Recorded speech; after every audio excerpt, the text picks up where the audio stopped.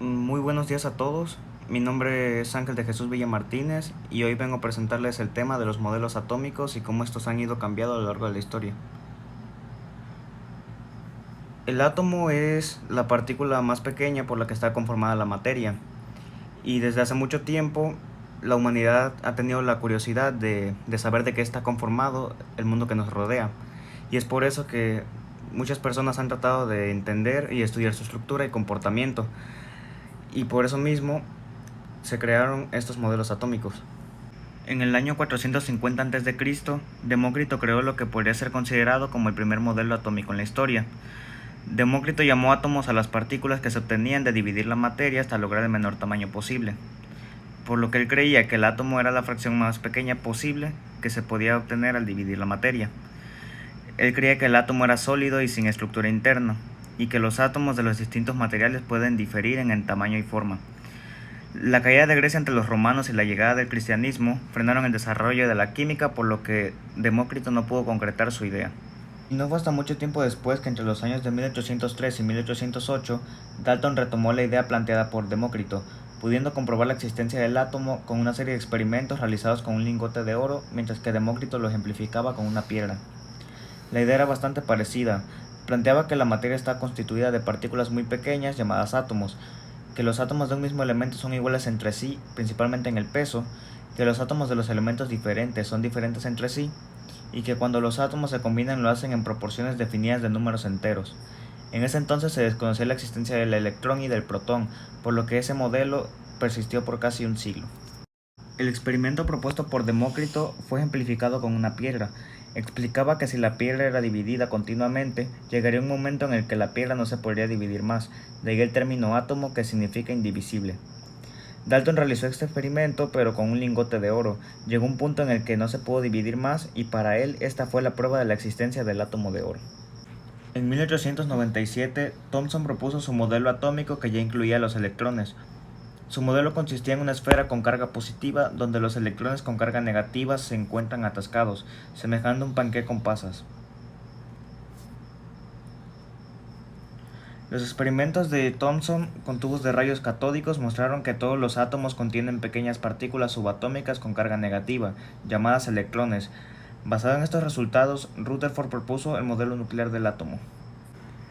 En 1911, Rutherford propuso su modelo atómico.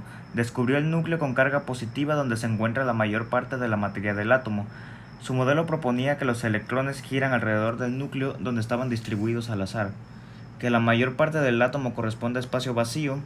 Estableció que el protón es un componente del núcleo, y a las partículas positivas las llamó protones, y dedujo que los átomos, al ser eléctricamente neutros, tienen la misma cantidad de protones que de electrones.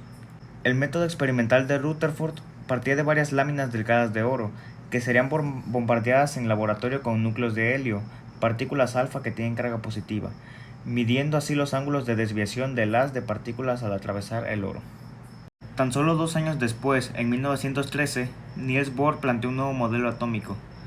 Los postulados de su modelo fueron que los electrones giran alrededor del núcleo del átomo con energía constante, que tenía órbitas circulares que se clasificaban en K, L, M, N, O, P y Q. También surgió el primer número cuántico, el nivel de energía. A cada nivel de energía le asignó un número entero positivo denominado número cuántico. Los niveles cercanos al núcleo son de menor energía y los lejanos son de mayor energía.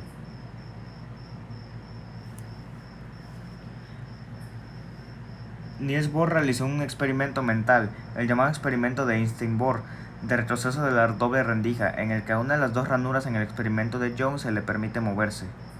La medida de la transferencia de momento entre la partícula y la ranura que está en movimiento permitiría a uno identificar a través de qué rendija pasa la partícula en su camino hacia una pantalla, y esto sin destruir el patrón de interferencia.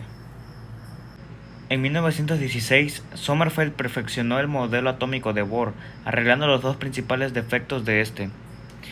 Para eso introdujo dos modificaciones básicas. Introdujo la idea de órbitas casi elípticas para los electrones, a diferencia del modelo de Bohr, que presentaba órbitas circulares. La excentricidad de la órbita dio lugar a un nuevo número cuántico, el número cuántico azimutal, que determina la forma de los orbitales. Se lo representa con la letra L y toma valores que van desde 0 hasta n-1. El modelo atómico de Sommerfeld, además de tener sus logros, también tuvo sus fallas. Su modelo atómico fue una adaptación mejorada y generalizada del modelo atómico de Bohr, y su falla fue que no pudo explicar los modos de emisión que tenían las órbitas elípticas, pudiendo solo descartar las órbitas circulares. En 1916, Schrödinger propuso su modelo atómico que describía el comportamiento ondulatorio del electrón.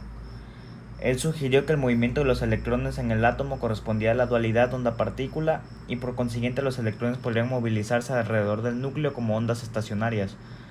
También recibió el premio Nobel en 1933 por sus contribuciones a la teoría atómica. Desarrolló la ecuación homónima para calcular la probabilidad de que un electrón se encuentre en una posición específica. Su aporte fue el descubrimiento de los protones a través de un tubo al vacío en donde observó que los rayos anódicos o canales eran cargas positivas. Dentro de un mismo nivel de energía existían distintos subniveles energéticos, lo que hacía que hubiesen diversas variaciones de energía dentro de un mismo nivel teóricamente.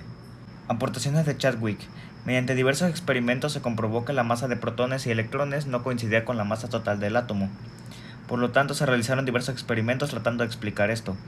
Hasta que en 1932, James Chadwick descubrió el neutrón.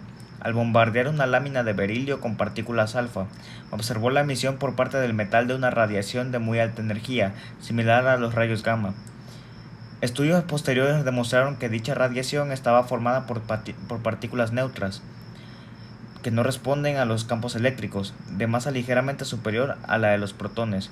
Estas partículas posteriormente se llamarían neutrones.